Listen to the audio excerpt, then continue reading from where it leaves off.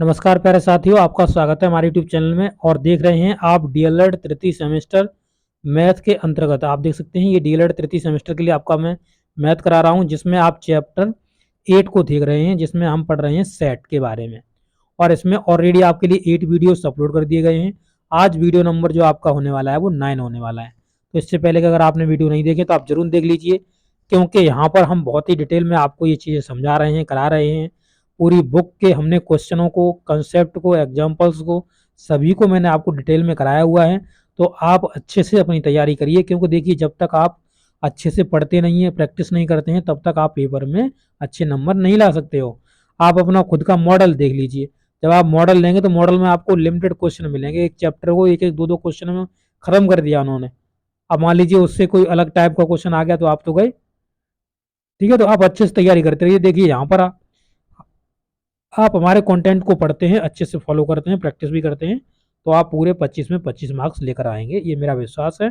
और आप अगर ऐसा कर रहे हैं और आपके 25 नंबर नहीं आते हैं तो आप हमसे कह सकते हैं कि सर हमने सब कुछ करा फिर भी हमारे नंबर इतने नहीं आए।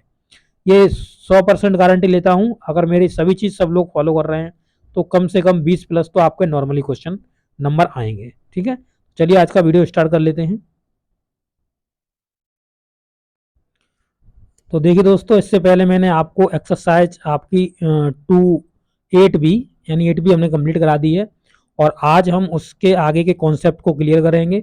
उसके बाद हम 8 सी की तरफ बढ़ेंगे। तो देखिए यहाँ पर आप देख सकते हैं, पहला जहाँ कॉन्सेप्ट जो दिया हुआ है, उप समुच्चय के बारे में बात की गई है, सब सेट के बारे में बात की गई है कि सब सेट होता क्या है।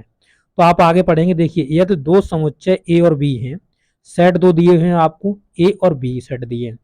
ए का प्रत्येक अवयव बी में उपस्थित मिलेगा, तो ए को बी का उपसमुच्चय कहेंगे, यानी ए को कहेंगे बी का उपसमुच्चय। ए को क्या कहेंगे? बी का उपसमुच्चय कहेंगे, यानी ए उपसमुच्चय है किसका? बी का।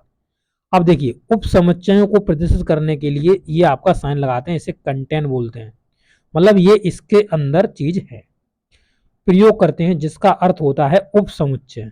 इसका आप सीधा अर्थ निकालेंगे तो इसे उपसमुच्चय भी कह सकते हैं, यानी सबसेट इसे कह सकते हैं।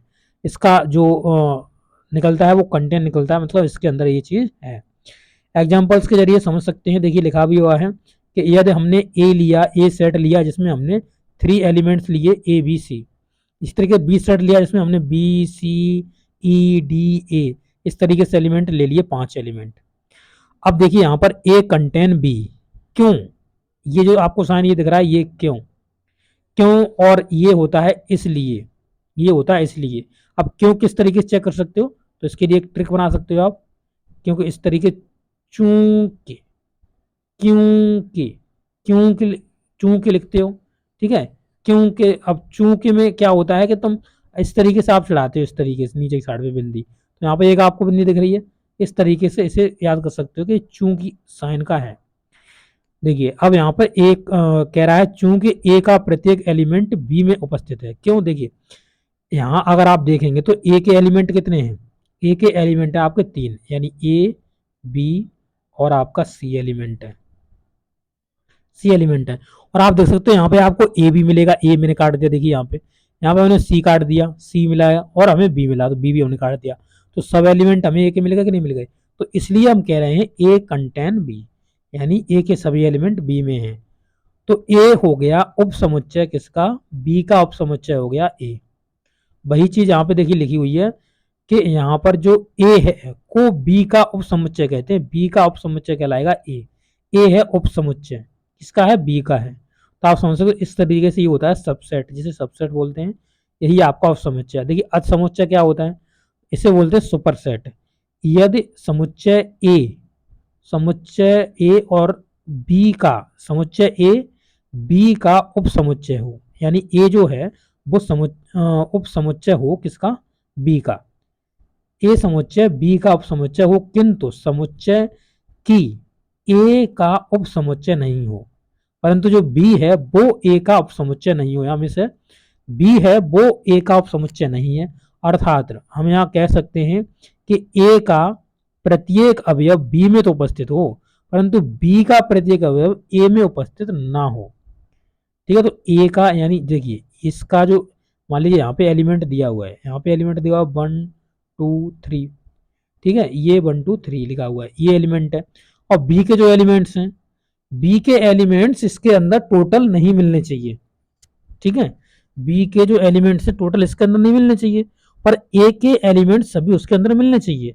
यही देखिए यहाँ पे ए के समुच्चय 1 2 3 लिए हुए हैं, और बी के यानी यहाँ पर जो एलिमेंट्स लिए हुए हैं वो 2 3 4 लिए हुए हैं। तो आप अगर देखोगे तो ए के सभी एलिमेंट्स बी के एलिमेंट्स में मिलेंगे, परंतु बी के सभी एलिमेंट्स ए के एलिमेंट्स में नहीं मिलेंगे, क्योंकि यहाँ पे अगर एलिमेंट्स एक में ए के देखोगे एलिमेंट्स जो इसमें दिए हुए हैं उसमें 4 नहीं है और बी में 4 है, तो इसलिए ये क्या हुआ, ये इसका अधसमुच्चय कहलाएगा।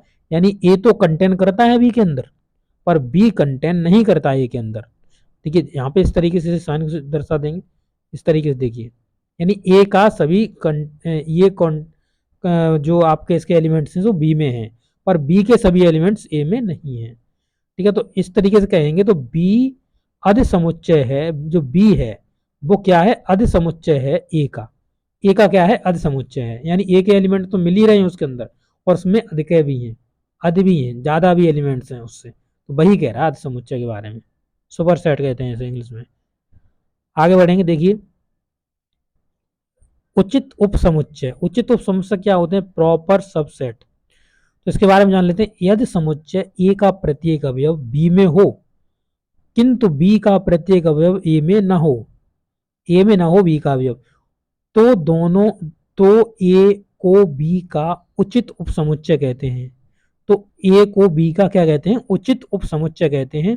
और इसे किस साइन से दर्शा रहे हैं, आप देख सकते हो इस तरीके से बी, ठीक है, तो ए बिलोंग्स टू बी, तो ए बिलोंग्स टू बी का ये सेंस है, ये आपका है साइन, ठीक है। इस तरीके से आप देख सकते हो यहाँ पर आपके यहाँ पे ए के एलिमेंट्स लिए गए हैं, यहाँ बी के एलिमेंट्स लिए गए हैं, और अगर आप देखोगे तो ए के टोटल एलिमेंट्स बी में मिलेंगे आपको।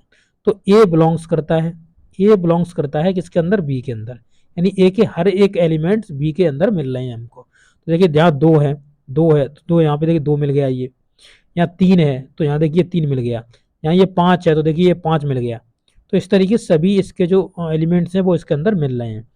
किसी समुच्चय को उचित उपसमुच्चयों की संख्या अगर ज्ञात करनी होगी तो हम क्या करेंगे, 2 पे पावर n में से 1 घटा लेंगे, 2 पावर n निकाल लेंगे, उसमें से 1 घटा देंगे तो हमें मिल जाएगा। जबकि समुच्चय के अवयवों की संख्या जो होती है वो n होती है, समुच्चय के अवयवों की संख्या यानी जो एलिमेंट्स उसके अंदर दिए होते हैं। जैसे इसका मैं देखूं, इसका उचित उपसमुच्चय की बात करूंगा यहाँ का, तो 2 और n की जगह वैल्यू कितना रखा जाएगा, तो यहाँ पे जितने भी एलिमेंट्स है, कितने एलिमेंट्स हैं, 3, तो 3 यहाँ पे रख दिया जाएगा, माइनस का 1, इस तरीके से इसका निकाल दिया जाएगा, ठीक है। तो आप समझ गए होंगे। इसके आगे के कॉन्सेप्ट में अगले वीडियो में करा दूंगा, तो ये वीडियो लंबा हो जाएगा, ठीक है, इसलिए मैं यहाँ नहीं कराऊंगा। देख ले रहा हूँ इसकी लेंथ कितनी हो रही है,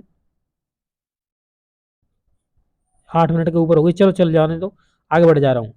नंबर 4 देख लीजिए, 4 में देखिए तो लिखा हुआ है असंयुक्त समुच्चय। असंयुक्त समुच्चय क्या होता है, डिसजॉइंट सेट।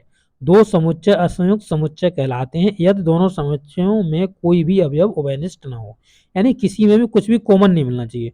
जैसे ए के एलिमेंट्स आप देख सकते हो ए कॉमा बी है, बी के एलिमेंट्स देख सकते हो सी कॉमा डी है, तो कोई मिल रहा है एक दूसरे में, ना ए के एलिमेंट एक भी बी में मिल रहा है और ना बी का एलिमेंट एक में मिल रहा है, किसी का भी कोई संबंध नहीं है। तो क्या है, डिस एडजॉइंट है, मतलब डिस मतलब ये जुड़े नहीं है, मतलब अलग होना या कुछ भी मान लीजिए, और जॉइंट मतलब जुड़े हुए नहीं है, डिस मतलब अलग होना किसी से, ठीक है, तो अलग हुए हैं ये। तो देखिए नंबर देखिए 5, सार्वत्रिक अथवा समष्टि उपसमुच्चय, इसे यूनिवर्सल सेट बोलते हैं।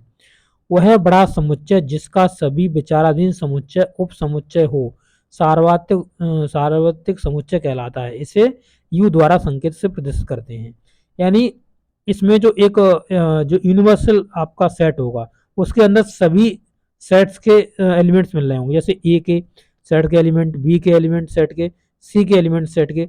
तो यहाँ पर आप अगर सार्वत्रिक देखेंगे, यू का देखेंगे, तो हर एक को इसने उठा लिया होगा सबको, जैसे ए कोमा बी ले लिया, ठीक है, ए कोमा बी मिल गया पहले सेट का।